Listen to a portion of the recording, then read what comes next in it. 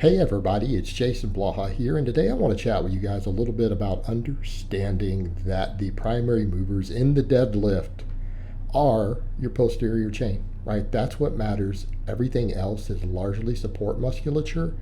And if your goal is to really build a monstrous deadlift, you need to focus on basically hip extensors. That is what you need to focus on.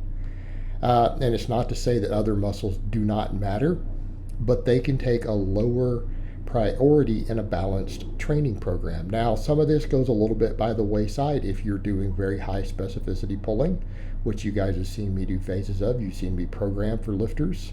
But I've also built my base doing very, very little deadlifting, right? You guys have seen me do the same thing, and I have elite lifters who train that same way too. So the point there is that I want people to understand there is more than one way to go about this. And I'm not even saying one is necessarily better than the other. I've had success as a coach and a lifter doing both. I have an elite deadlift, and I coach plenty of people with elite deadlifts. They both work, okay? So I won't be too dogmatic there. But what we need to understand is that when it starts coming to certain muscles, a lot of muscles involved really get trained in a balanced strength program. And what do I mean? Most people are doing squats, most people are doing rows, most people are doing pull-ups. And yeah, we could make one hell of a case for the quads being extremely important for driving the weight off the floor on a deadlift. Absolutely breaking it off the floor. Okay? And if you are specializing in the deadlift and you don't have a big squat, your quads might need more work. But if you already have a strong squat and you squat regularly and you have a good squat base, guess what? Your quads are pretty well covered, especially if you're doing any deadlifting with it, because that's going to hypertrophy the quads. Same thing with a lot of the upper back, middle back. Does it matter? Absolutely. I mean, we can make a case for neck and traps even for your deadlift lockout, right? Even doing some direct neck work. But, when you start looking at it, if you're doing pull-ups, you're doing rows, you're doing these things, is it likely that that's really a weak link? Is that probably what's limiting your deadlift? Maybe at the most elite levels. If you're stuck at a 600 or a 650 or something and you haven't trained those enough, okay, maybe they might need more work. But if you're at a 500 deadlift and you do plenty of pull-ups and rows and stuff as a balanced program already, because again, if we're on a balanced strength program, and I advocate a balanced strength program, I don't care whether you're running conjugate, 5-3-1, all those, you're doing all this stuff.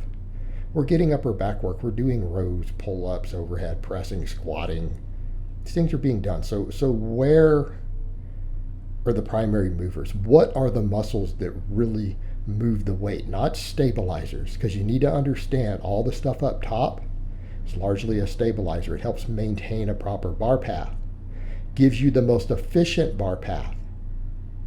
And you need to understand that you can have a less efficient bar path because those muscles are a little weaker. And if you're just stronger, you'll muscle through it.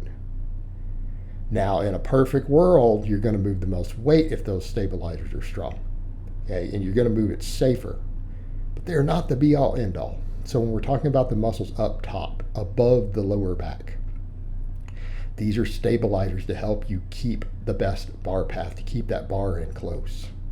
Right? They help you lock it in. And they do matter. I don't want it to sound that way, but it's posterior chain. What are the movements that are going to build a deadlift? You guys will see me doing quite a few of them here in the background, different things I've done. You saw me do some high rep stiff leg deadlifts, right? Strapped up, did them, without a belt. Stiff leg deadlifts, again, now we're down to just posterior chain, lighter weight, better hypertrophy exercise. Okay, that'll help.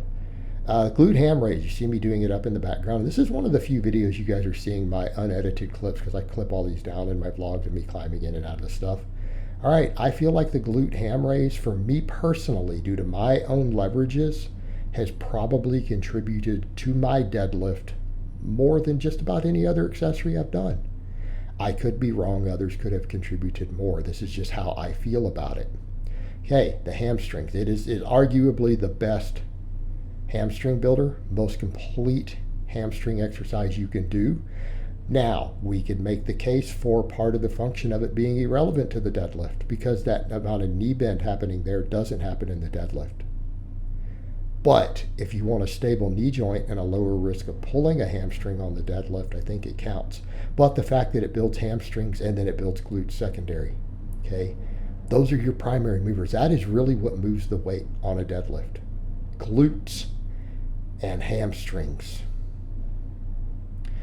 Now, adductors, quads, erectors, all that do matter. But what else can we use? Good mornings. What do good mornings build? They build erectors, glutes, hamstrings, adductors, depending upon the stance we use.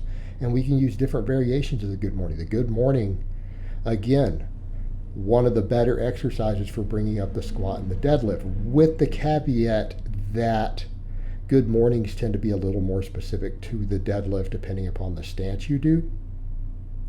And arguably, I feel like the good morning is probably a better squat accessory than it is a deadlift accessory, but it does help. But again, with that caveat added that for power squatting, it's probably better for power squatting. I don't feel the good morning carries over that well to, say, Olympic squatting. But good mornings. Reverse hypers, which you guys see me doing here. Reverse hypers. Why? Well, they're not the best hamstring exercise unless you cheat. If you do them strict like I'm doing, erectors and glutes. And I would argue these are one of the best, absolute best low back and glute exercises. Okay? So if we start looking at combinations of things, people could say, well, we could do glute bridges, we could do hip thrusts, and I've done plenty of those, and I think they have their place. I like them. And I think, pairing something like that with a good morning works really well. But if you have access to equipment, what lifts do I think really are going to give you the most bang for your buck on building the deadlift?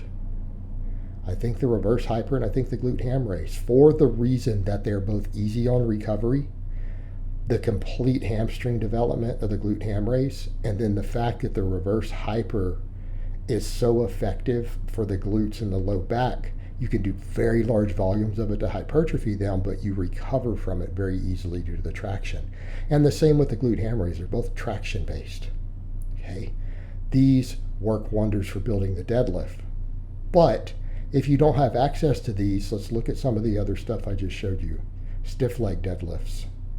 Okay, easier to recover from than a conventional deadlift. Good mornings. You could do other back extensions on a 45-degree hyperextension. You could do glute bridges. You could do hip thrusts. All these things will build your deadlift because these are the primary movers. These are the muscles that move the deadlift. Most of the others that we're thinking of are support muscles that help us maintain a better bar path, but they don't directly move the weight. All right, guys, but that's really all I have to say on that today. I hope it's been informative, and I will talk to you guys next time.